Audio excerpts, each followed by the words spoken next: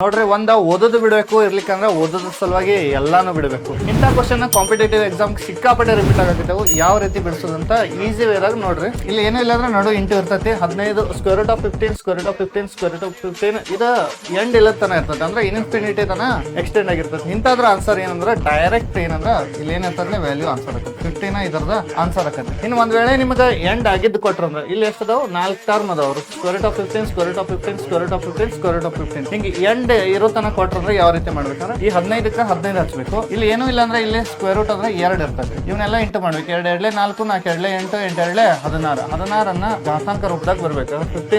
15 ಇಲ್ಲಿ ಮೇಲೆ ಏನ್ ಬರ್ಬೇಕಾದ್ರೆ 16 ಒಂದ್ ತಗದ್ರೆ ಏನಕತಿ 15 ಆಕತಿ. ಅಂದ್ರೆ ಆನ್ಸರ್ ಏನಕತಿ ಅಂದ್ರೆ ನಮ್ದು 15 ಡಿವೈಡೆಡ್ ಬೈ 16 ಆಕತಿ. ಈ ಕ್ವಶನ್ ಅನ್ನ ನೀವು ಸಾಲ್ವ್ ಮಾಡಿ ಆನ್ಸರ್ ಅನ್ನ ಕಮೆಂಟ್ ಸೆಕ್ಷನ್ ಒಳಗೆ ಕಮೆಂಟ್ ಮಾಡಿ. ಇಂಥ ವಿಡಿಯೋಗಾಗಿ ನಮ್ಮ ಗ್ಲೋಬಲ್ ಎಜುಕೇಶನ್ ಯೂಟ್ಯೂಬ್ ಚಾನಲ್ ಹಾಗೂ ಇನ್ಸ್ಟಾಗ್ರಾಮ್ ಚಾನಲ್ ಅನ್ನ ಸಂಪರ್ಕಿಸಿ. ಥ್ಯಾಂಕ್ ಯು, ಧನ್ಯವಾದಗಳು.